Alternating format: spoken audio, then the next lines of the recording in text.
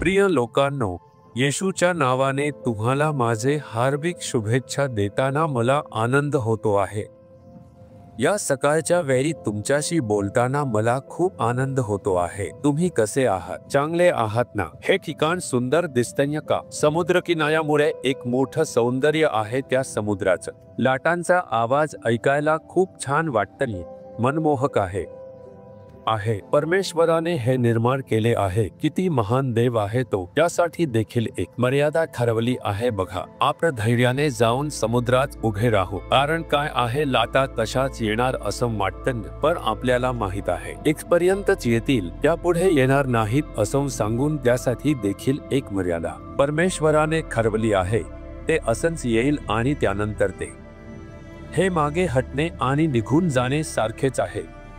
आपल्या आयुष्यातील काही समस्या, संघर्ष ते मार्गाने परमेश्वर नेतील, एका मर्यादेपर्यंत येतील, मग तो परमेश्वरच माघार घेतो। तो म्हणेल, माझ्या मुलांना हात लावू नको, मुलांना स्पर्श करू नका, ते माघारी जाऊन जातील। तसंच परमेश्वर आपल्याला, आज परमेश्वर माझा मार्गदर्शक आहे, त्याच्याकडे कोणता शब्द आहे? तुम्हाला आमच्याबद्दल असं वाटतं का? परमेश्वरांना एक आशा आहे।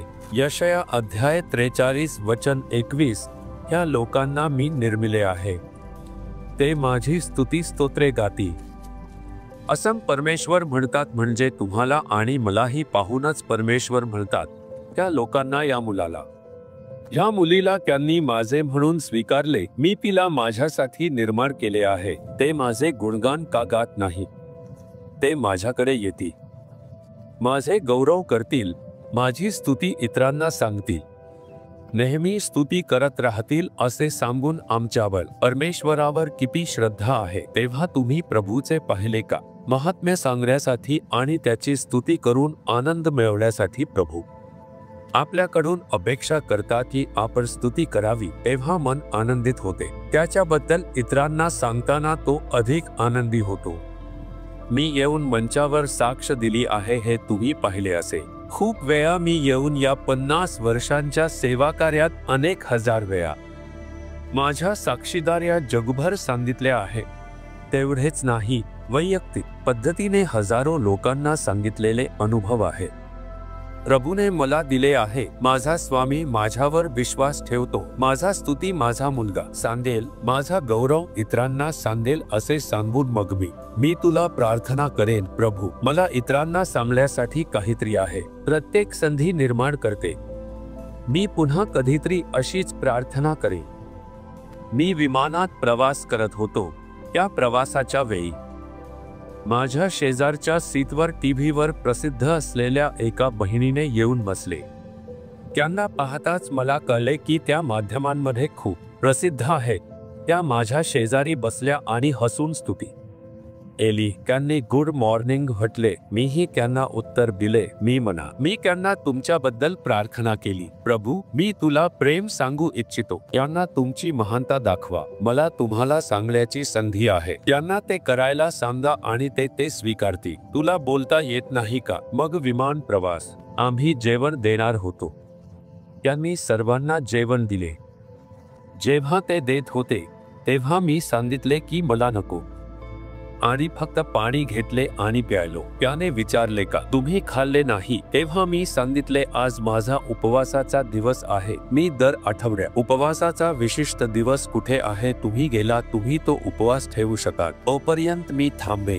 मी प्रार्थना करत होतो तेव्हा मी प्रार्थना करत पुस्तक वाचत होतो। त्यांनी मला विचारले, आज माझा उपवासाचा दिवस आहे, उपवास करून प्रार्थना करतोय का? प्रार्थना करतोय असं त्यांनी विचारलं। मी देशासाठी प्रार्थना करतोय असं सांगितलं। मग हळूहळू त्यांनी विचारलं, तुम्ही कोण आहात आणि काय करता? देवाने मला संधी दिली। मग मी सांगितलं की मी एका हिंदू कुटुंबात जन्मलो आणि खूप भक्त होतो, पण येशूने मला कसा भेटला?